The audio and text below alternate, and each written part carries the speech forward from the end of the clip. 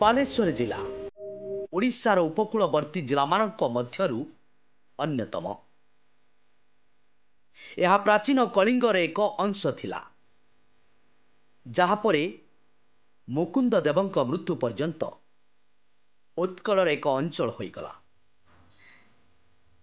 अतीत रे बालेश्वर थिला ओडिशार एक नौ वाणिज्य बंदर। फिरिंगी फ्रेंच और ओल्दाज मानक जहाज सबू एठाकू आसुथिला। तेबे परे परे बालेश्वर फिरिंगी मानक हाथकू गला। 1763 रे बालेश्वर डानिश मानक अधिकार रे थिला। तापरे कम गहिर बंदर पाई डानिश माने यहाकू आउ व्यवहार न करबाकू भाबिले। आउ तापरे फिरिंगी माने एठारे निजर पतियारा बढ़ेबाकू लागिले। अक्टोबर 1828 रे बालेश्वर एक अलगा जिला भाव सृष्टि होता। बालेश्वर 2000 वर्षर नगरी। बहु पुरातन कालरू बालेश्वर एक उन्नत बंदर थिला और उत्कलीय नौवाणिज्यर पेंठस्थल थिला। पौराणिक किंवदंती अनुसार असुर राजा बाणासुरर नाम अनुसार यार नामकरण होइछि बोली विश्वास करा जाय था। पुरातन ओडिया कवि श्री सुशंकर दास को उषाभिलाष काव्य रे बाणासुरर झियो और काव्य नायिका उषार जन्मस्थली थिला बालेश्वर। बाणासुरर राज्य सुवर्ण रेखा ठारू बैतरणी जाए व्यापी थिला और एही राज्यर राजधानी थिला शोणितपुर, जहाँ आजिर सुनहट। भगवान श्रीकृष्ण और बाणासुर मध्य होइथिबा युद्ध एठारे संगठित होइतिला। एठारे कला और वाणिज्यर समागम घटिथिला। ओडिया साहित्यर बहु समकालीन कवि और लेखकଙ୍କର जन्म एठारे होइतिला। एहार पुरातन नाम कोसंब थिला। ग्रीक भौगोलिक टलेमी तांको बहिरे लिखिछंती। यह छड़ा पिपिली बंदर ओडिया साधव पुओमानंक विदेश व्यापार वाणिज्य काल रे एक प्रमुख बंदर थिला। खरीद पिपल झाड़ पिपल भली गाँ सब यही नामरू आसीअछि। नवमरु 1200 शताब्दी मध्य जो नाथ सिद्ध चारण कवि माने चर्चा गीतिका रचना करी ओडिया साहित्यर मूलदुआ पकाइथिले, जहा क्रमे बंगला असीमिया भाषा साहित्य को पुष्ट करिथिला। सेमानक मध्यरु केते जनक जन्म बालेश्वर होइथिला। यह छड़ा पुरी गोवर्धन मठर दशम शंकराचार्य तथा भागवतर टीकाकार श्रीधर स्वामी और विख्यात दार्शनिक बलदेव विद्याभूषण एठारे जन्म नेथिले। रीति जुगर प्रथित जसा कवि दीनकृष्ण दास बालेश्वर राईबणियारे थिबा मुणतुणिया गाँव जन्म लाभ करथिले। तांकर रसकल्लोल रस विनोद ओडिया काव्य धारार एक महान कृति। सही समय झुलुडा ठारे कवि केशव चंद्र चंड मध्य ओडिया साहित्य को निज रचना पुष्ट करियछंती।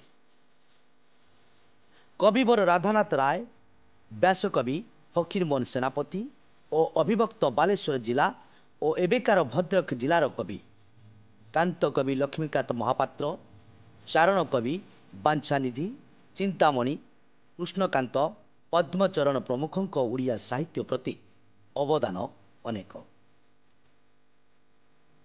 बालेश्वर ठारे ओडिया साहित्यर व्यासकवि प्रथम क्षुद्र गल्पर लेखाड़ी और ओडिया भाषा आंदोलनर पुरोधा फकीरमोहन सेनापति, कविवर राधानाथ राय, भक्त कवि दीनकृष्ण दास और औपन्यासिक तथा गाल्पिक मनोज दास जन्म नेथिले। यह ओडिशार राजधानी भुवनेश्वर ठारू 194 किलोमीटर दूर रे अवस्थित। बालेश्वर सहर रे जिलार प्रशासनिक मुख्य स्थल, सरकारी ऑफिस आउ बेसरकारी कंपानी रो प्रधान ऑफिस सबू अछि। चंडीपुर तालासरी समुद्र बेलाभूमि, चांदीपुर बेलाभूमि हेउछि जिलार प्रसिद्ध समुद्र बेलाभूमि।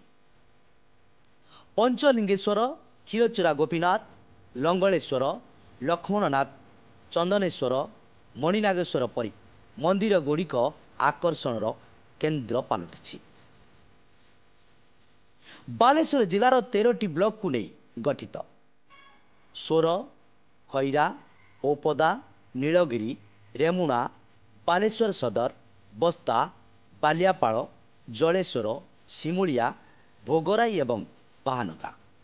ବାଲେଶ୍ୱର ଓଡ଼ିଆ ସାହିତ୍ୟ ଓ କଳାର ଏକ ମିଳନ ଭୂମି। ଓଡ଼ିଆ ସାହିତ୍ୟର ଅନେକ ପ୍ରମୁଖ ସ୍ରଷ୍ଟା ଫକୀରମୋହନ ସେନାପତି, ରାଧାନାଥ ରାୟ, ଦୀନକୃଷ୍ଣ ଦାସ, ମନୋଜ ଦାସ, ବ୍ରଜନାଥ ରଥ, କମଳାକାନ୍ତ ଲେଙ୍କାଙ୍କର ଏହା ଜନ୍ମଭୂମି। ଗଣନା ଅନୁଯାୟୀ ବାଲେଶ୍ୱର ଜିଲ୍ଲା 3634 ବର୍ଗ କିଲୋମିଟର, ସମୁଦାୟ ଜନସଂଖ୍ୟା 23,17,419 ଅଟେ। ଏହି ଜିଲ୍ଲା ପଶ୍ଚିମବଙ୍ଗର ମେଦିନୀପୁର ଜିଲ୍ଲା, ଏହାର ପୂର୍ବ ପାର୍ଶ୍ୱରେ ବଙ୍ଗୋପସାଗର, ଦକ୍ଷିଣରେ ଭଦ୍ରକ ଜିଲ୍ଲା ଏବଂ ମୟୂରଭଞ୍ଜ ଏବଂ କେନ୍ଦୁଝର ଜିଲ୍ଲା ଏହାର ପଶ୍ଚିମ ପାର୍ଶ୍ୱରେ ଅବସ୍ଥିତ।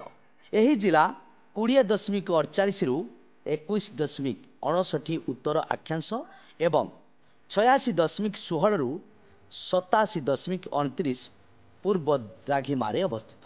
ଆସନ୍ତୁ ଏବେ ଜାଣିବା ବାଲେଶ୍ୱର ଜିଲ୍ଲାର କିଛି ପର୍ଯ୍ୟଟନ ସ୍ଥାନ ବିଷୟରେ। ଚାନ୍ଦିପୁର ବେଳାଭୂମି। ଏହା ବାଲେଶ୍ୱରର ଏକ ସୁନ୍ଦର ବେଳାଭୂମି। ଏହା ବାକି ବେଳାଭୂମି ଠାରୁ ଅଲଗା। ଏଠାରେ ଲହଡ଼ି କେବଳ ଭୋର ଓ ରାତିରେ ଦେଖିବାକୁ ମିଳେ। ଦିନସାରା ସମୁଦ୍ରର 3-4 ମାଇଲ ଯାଏଁ କେବେ ଲହଡ଼ି ଆସେ ନାହିଁ। ପିକନିକ୍ ଓ ବୁଲାବୁଲି ପାଇଁ ଏକ ସୁନ୍ଦର ଜାଗା। ଏଠାରେ ନୀଳରକ୍ତ ଥିବା କଙ୍କଡ଼ା ସାରା ବିଶ୍ୱରେ ଦୁର୍ଲଭ ଜିନିଷ। ବାଲିଘାଟ ବନ୍ଦର। ଏହା ସହରର ଏକ ମୁଣ୍ଡରେ ଥିବା ଏକ ପୁରାତନ ବନ୍ଦର। ଭୋଜାଖିଆ ପୀର। ସୁନହଟରେ ଥିବା ଭୋଜାଖିଆ ପୀର ହିନ୍ଦୁ ଓ ମୁସଲିମ ମାନଙ୍କର ଏକତାର ପ୍ରତିରୂପ। ଆସ୍ତାନା ଶରୀଫ ହଜରତ ପୀର ବାବା ଏଠାରେ ହଇଜା ରୋଗୀଙ୍କ ସେବା ପାଇଁ ଆସିଥିଲେ। ତାଙ୍କ ପରେ ଏହା ଏକ ତୀର୍ଥଭୂମି ପାଲଟି ଯାଇଛି।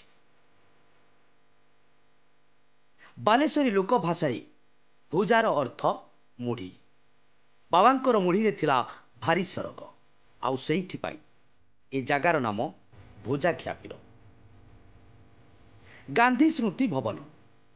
ଏହା ସହର ଉପକଣ୍ଠରେ ଥିବା ଏକ ପୁରୁଣା ସଭା ଭବନ, ଯେଉଁଠାରେ ଅନେକ ସାଂସ୍କୃତିକ କାର୍ଯ୍ୟକ୍ରମ ମାନ ଅନୁଷ୍ଠିତ ହୋଇଥାଏ। ତାଳସାରୀ ବେଳାଭୂମି। ବାଲେଶ୍ୱରର ଏକ ସୁନ୍ଦର ବେଳାଭୂମି ଅଛି। ପୁରୀ, ବାରିପଦା ଓ କୋରାପୁଟ ପରେ ନୀଳଗିରିର ଜଗନ୍ନାଥ ମନ୍ଦିର ରଥଯାତ୍ରା ଭାରି ନାମକରା। ଜିଲ୍ଲାରେ ଗଢ଼ି ଉଠିଛି ଫକୀରମୋହନ ବିଶ୍ୱବିଦ୍ୟାଳୟ। ଧାମରା ବାଲେଶ୍ୱର ଭୂଇଁର ଆଉ ଏକ ସୁନ୍ଦର ବନ୍ଦର ଓ ଗୋଳା ବାରୁଦ ପରଖ ପାଇଁ ଜଣାଶୁଣା। ଭୂଷଣେଶ୍ୱର ଠାରେ ରହିଛି ଏସିଆର ସବୁଠୁ ବଡ଼ ଶିବଲିଙ୍ଗ। ଚନ୍ଦନେଶ୍ୱର ମନ୍ଦିର ଜଣାଶୁଣା ଶିବପୀଠ। ଏଠାକାର ଜାଗର ମେଳା ପାଇଁ ଚାରିଆଡ଼ୁ ଭକ୍ତଙ୍କ ସୁଅ ଛୁଟେ। କ୍ଷୀରଚୋରା ଗୋପୀନାଥ ମନ୍ଦିର। ରେମୁଣାରେ ଅବସ୍ଥିତ କ୍ଷୀରଚୋରା ଗୋପୀନାଥ ମନ୍ଦିର ବାଲେଶ୍ୱର ଠାରୁ 9 କିଲୋମିଟର ପୂର୍ବରେ ଅବସ୍ଥିତ ଓ ହାଉଡ଼ା ଓ ଭୁବନେଶ୍ୱର ମଝିରେ ପଡ଼େ ଏହି କ୍ଷୀରଚୋରା ଗୋପୀନାଥ ମନ୍ଦିର। ଏହା ଉତ୍କଳର ନରପତି ଲାଙ୍ଗୁଳା ନରସିଂହ ଦେବଙ୍କ ଦେଇ ନିର୍ମିତ।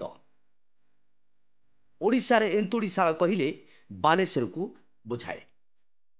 ଏହି ଜିଲ୍ଲା ମୁଖ୍ୟତଃ ଧାନ ଚାଷ ପାଇଁ ଜଣାଶୁଣା, କାରଣ ଚାଉଳ ହେଉଛି ସ୍ଥାନୀୟ ଲୋକଙ୍କ ଖାଦ୍ୟର ମୁଖ୍ୟ ଶସ୍ୟ। ଶିଳ୍ପ, କୃଷି, ମତ୍ସ୍ୟ ଏବଂ ପର୍ଯ୍ୟଟନ ବାଲେଶ୍ୱର ଜିଲ୍ଲାର 4ଟି ପ୍ରମୁଖ ରାଜସ୍ୱ ଉତ୍ସ। Birla tyre, Balasore alloys limited, Emami paper mills limited ଏବଂ ପୋଲାର ଫାର୍ମ ଇଣ୍ଡିଆ ଲିମିଟେଡ ଏହି ଜିଲ୍ଲାରେ କାର୍ଯ୍ୟ କରୁଥିବା କେତେକ ବୃହତ ଶିଳ୍ପ ଅଟେ। ତେବେ ଉତ୍ତର ବାଲେଶ୍ୱର ଭୋଗରାଇ, ଜଳେଶ୍ୱର, ବସ୍ତା ଏବଂ ବାଲିଆପାଳ ବ୍ଲକ ଅଞ୍ଚଳରେ ଧାନ, ପାନ, ମିନ, ଗୁଆ, ନଡ଼ିଆ ପ୍ରବଳ ମାତ୍ରାରେ ହେଉଥିବା ବେଳେ ଜିଲ୍ଲାର ଅନ୍ୟ ବ୍ଲକ ଗୁଡ଼ିକରେ ଧର୍ମପୀଠ, ପର୍ଯ୍ୟଟନସ୍ଥଳୀ ଅଛି। होइलार आइलैंड को APJ Abdul Kalam research centre नाम नामित कर सर्वोपरि बालेश्वर चांदीपुर ठारे थिबा क्षेपणास्त्र घाटी विश्व भारत विरोधी छाती धड़ धड़ कर दिए। बालेश्वर समीक्षार जिला प्रतिनिधि तथा वरिष्ठ राज्य स्तंभकार पंचानन बेहरा स्वतंत्र रिपोर्ट समीक्षा न्यूज लाइव।